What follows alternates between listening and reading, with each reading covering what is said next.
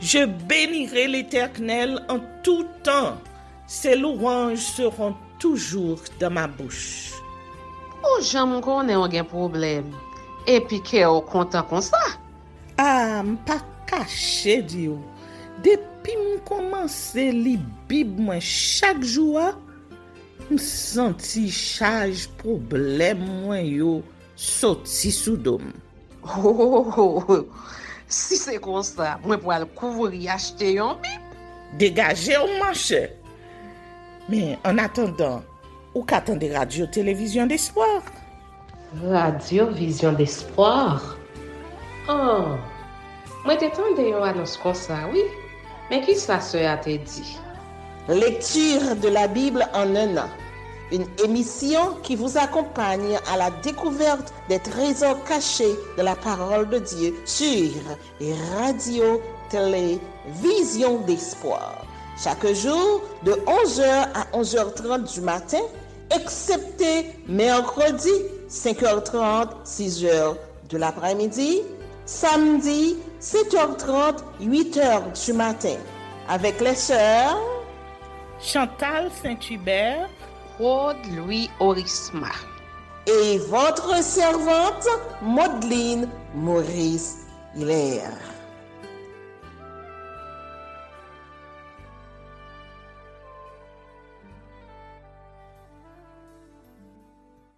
Saint-Esprit de Dieu, fais-nous la grâce de jouir de ta présence durant cette lecture qui enseigne, convainc, corrige, instruit et qui sauve.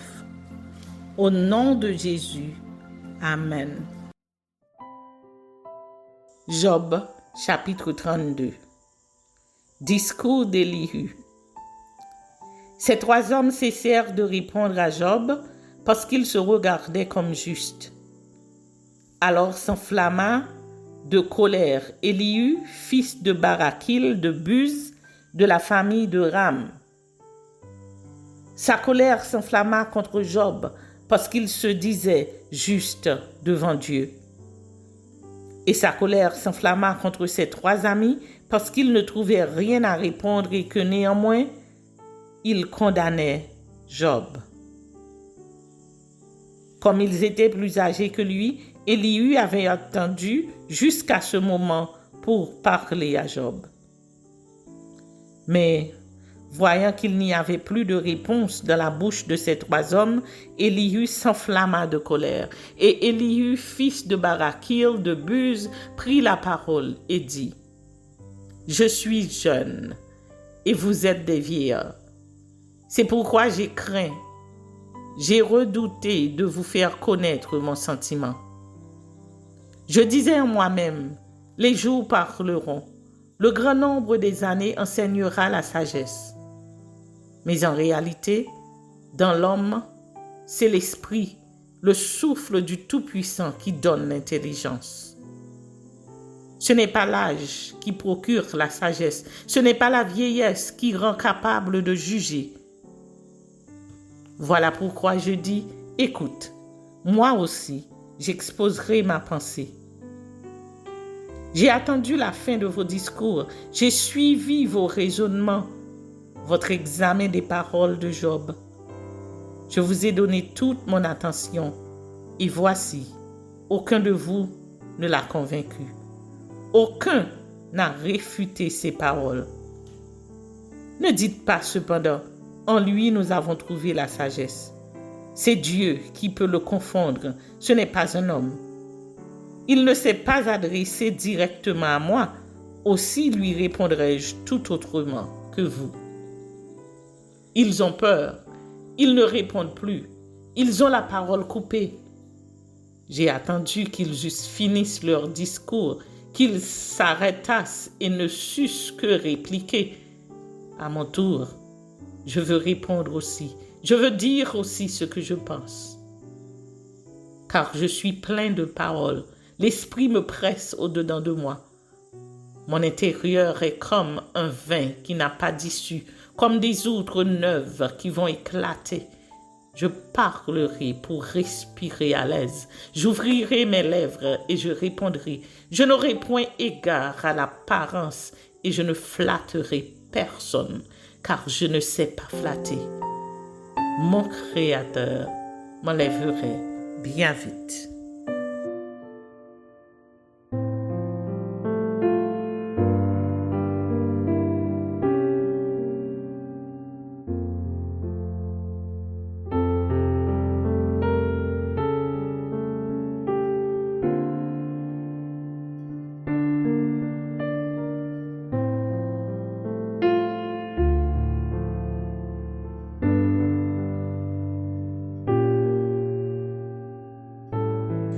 Job, chapitre 33. Maintenant donc, Job, écoute mes discours. Prête l'oreille à toutes mes paroles. Voici, j'ouvre la bouche, ma langue se remue dans mon palais. C'est avec droiture de cœur que je vais parler. C'est la vérité pure qu'exprimeront mes lèvres. L'Esprit de Dieu m'a créé et le souffle du Tout-Puissant m'anime. Si tu le peux, réponds-moi. Défends ta cause. Tiens-toi prêt. Devant Dieu, je suis ton semblable. J'ai été comme toi, formé de la boue. Ainsi mes terreurs ne te troubleront pas et mon poids ne saurait t'accabler. Mais tu as dit à mes oreilles, et j'ai entendu le son de tes paroles. Je suis pur, je suis sans péché, je suis né, il n'y a point en moi d'iniquité.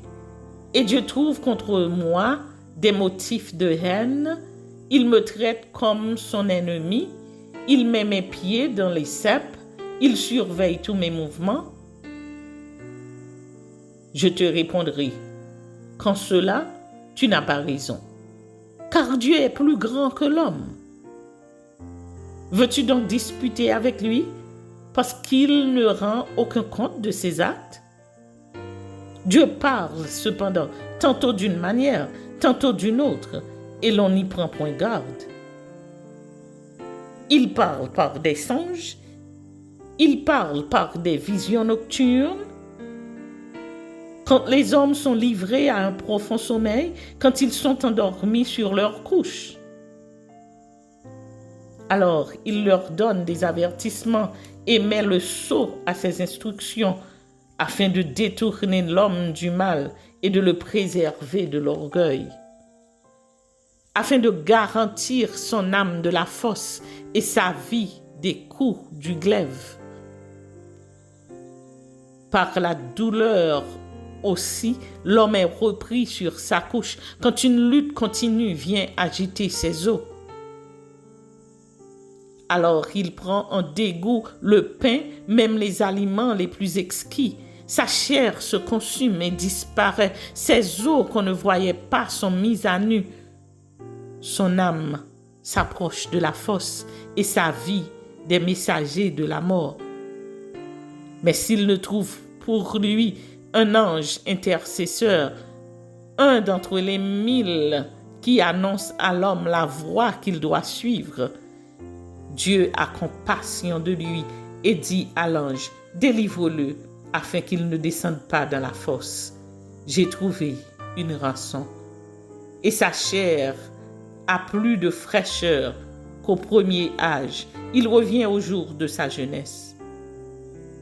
Il adresse à Dieu sa prière et Dieu lui est propice, lui laisse voir sa face avec joie et lui rend son innocence. Il chante devant les hommes et dit, j'ai péché, j'ai violé la justice et je n'ai pas été puni comme je le méritais. Dieu a délivré mon âme pour qu'elle n'entrât pas dans la fosse et ma vie s'épanouit à la lumière.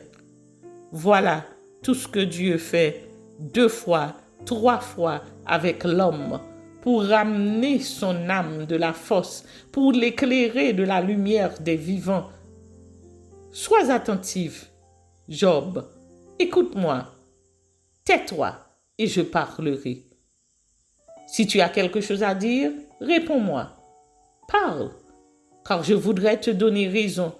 Si tu n'as rien à dire, écoute-moi, tais-toi, et je t'enseignerai la sagesse.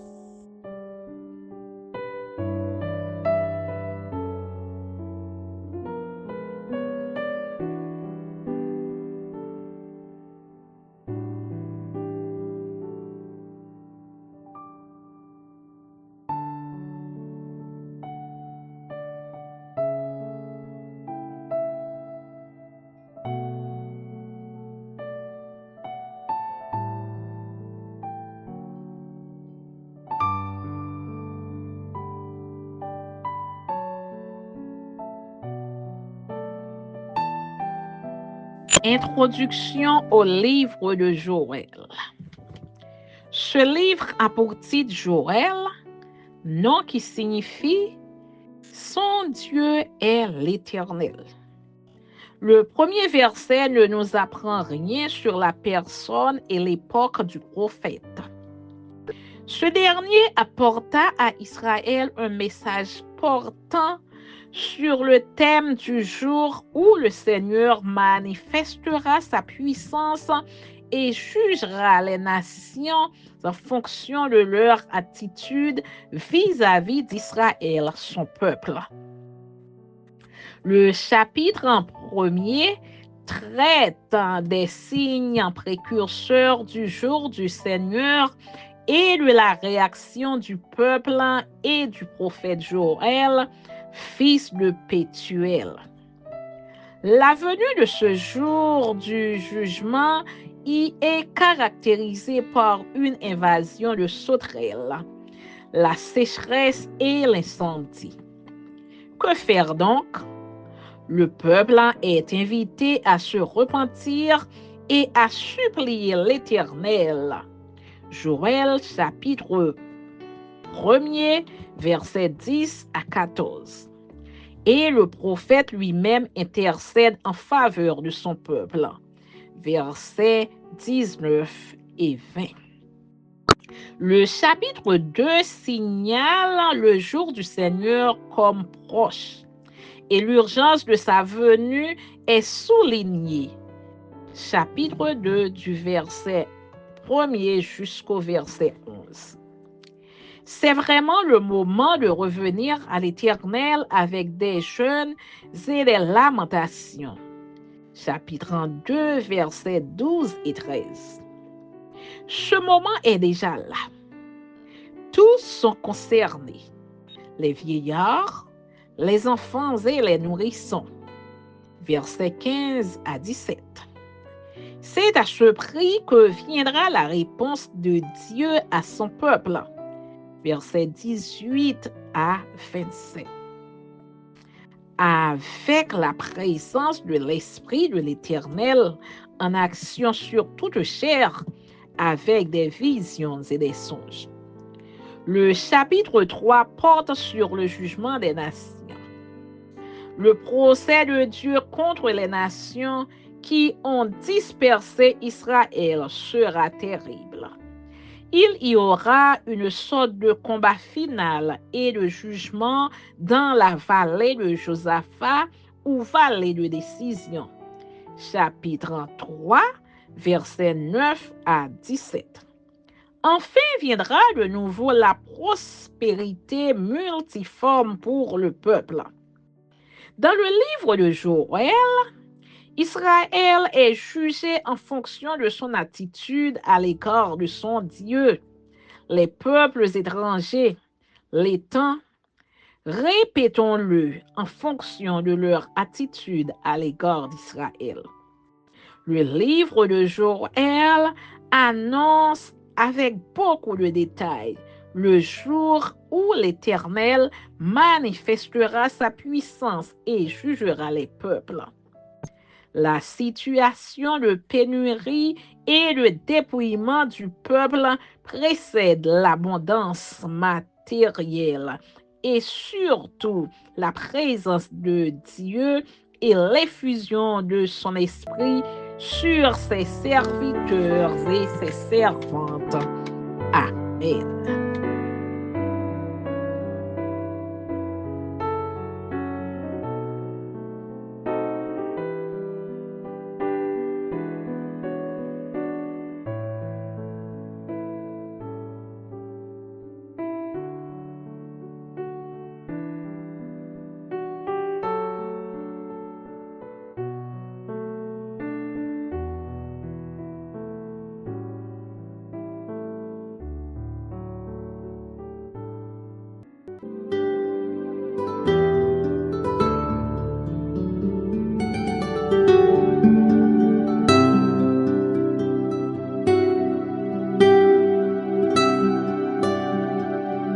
Merci Seigneur de nous donner le discernement dans la lecture de ta parole, que nous y prêtions attention afin d'appliquer notre cœur à la sagesse.